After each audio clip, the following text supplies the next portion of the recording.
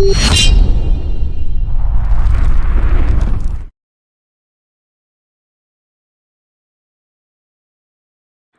Students, strong base studies में आप सभी का स्वागत है। आज हम बहुत ही important topic band theory of solids करेंगे। स्टूडेंट्स, जैसे हम सभी जानते हैं कि कोई भी सॉलिड्स या मटेरियल इलेक्ट्रिकल कंडक्टिविटीज़ के आधार पर 3 कैटेगरीज में डिवाइड किया जा सकता है या उसको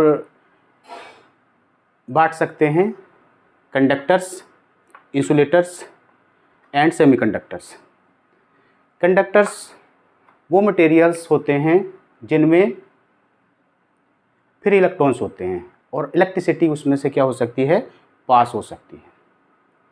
इंसुलेटर्स वो होते हैं जिनमें फ्री इलेक्ट्रॉन्स नहीं होते और इनसे होकर के इलेक्ट्रिसिटी पास नहीं हो सकती। सेमीकंडक्टर्स कंडक्टर्स और इंसुलेटर्स के बीच के स्टेज वाले मटेरियल्स होते हैं। इनमें जो नॉर्मल कंडीशन में एज ए इंसुलेटर काम करते हैं, बट स्पेशल कंडीशन में ये कंडक्टर से भी अच्छी कंडक्टर के रूप में काम करते हैं। तो आज जो हम टॉपिक कर रहे हैं band theory of solids. Band theory के आधार पर हम इनको समझेंगे, कंडक्टर्स को, इंसुलेटर्स को और सेमीकंडक्टर को।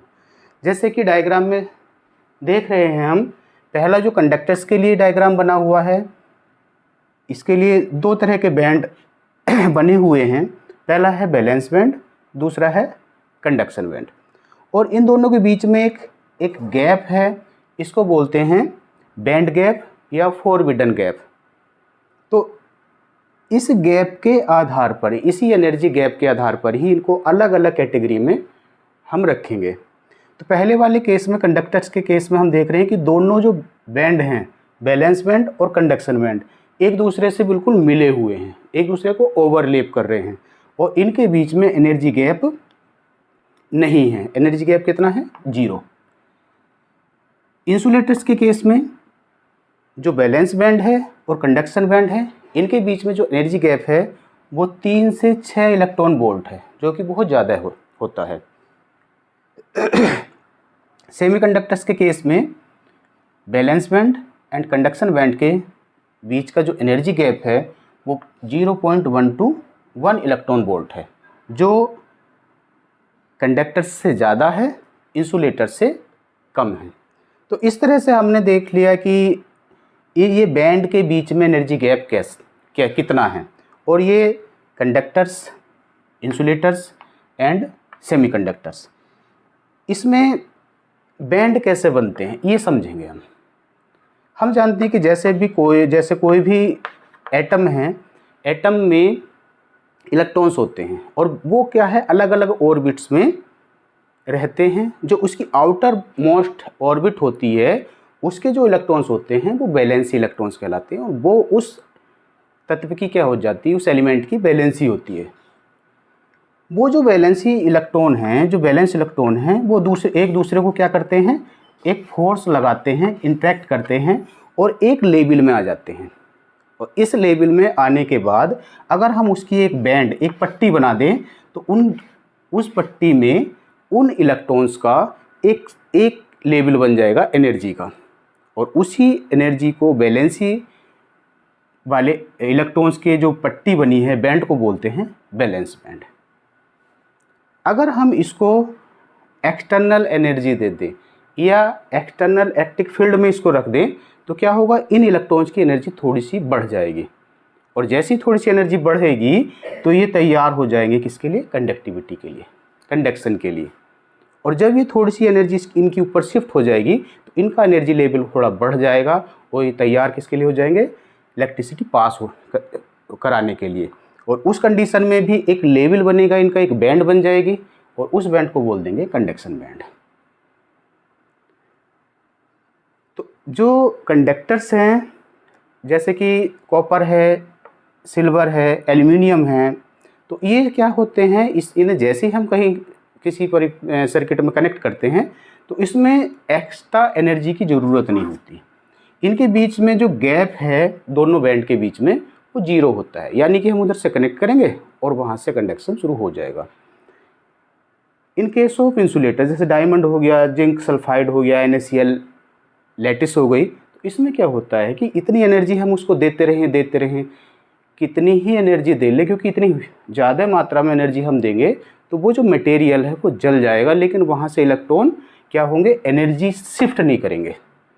तो इस तरह से जो वैलेंस बैंड है वहाँ तो इलेक्ट्रॉन हैं, क्योंकि मटेरियल एटम से मिलकर बना है और एटम में इलेक्ट्रॉन होते हैं, बट वो क्या है, कंडक्शन बैंड में कोई भी इलेक्ट्रॉन नहीं जा रहा।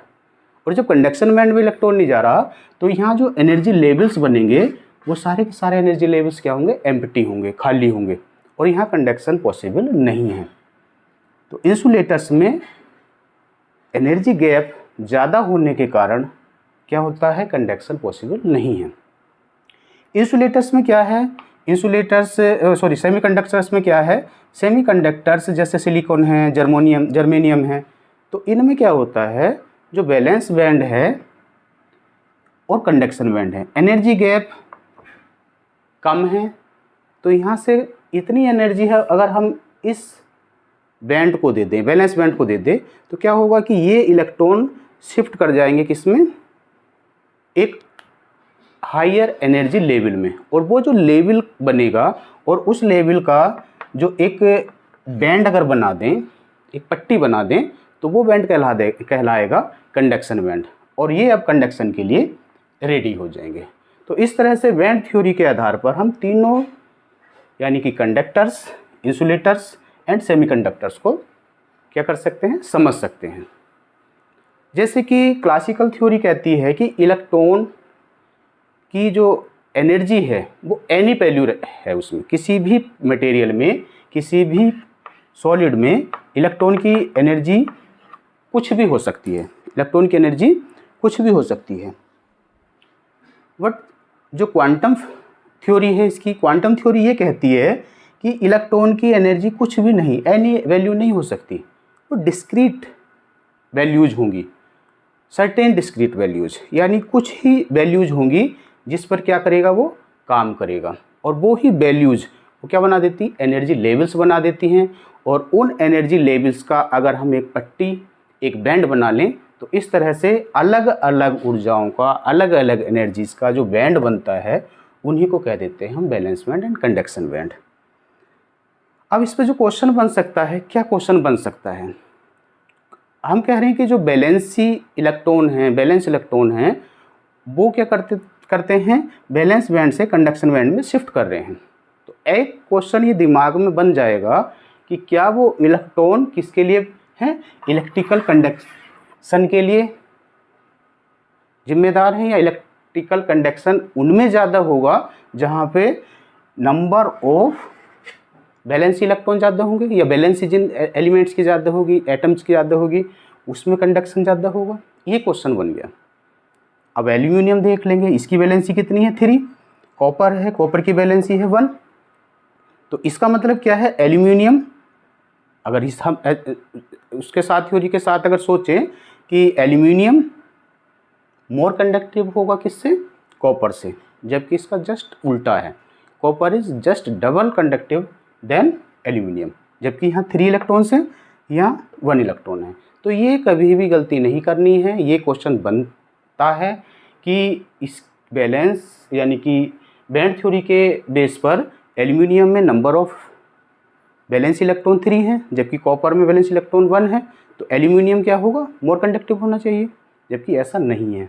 वो डिपेंड किस पे करता है, नंबर ऑफ वैलेंसी इलेक्ट्रॉन पर नहीं, but level of energy in conduction band होंगे वो उतना ही कंडक्टिव होगा। Thank you.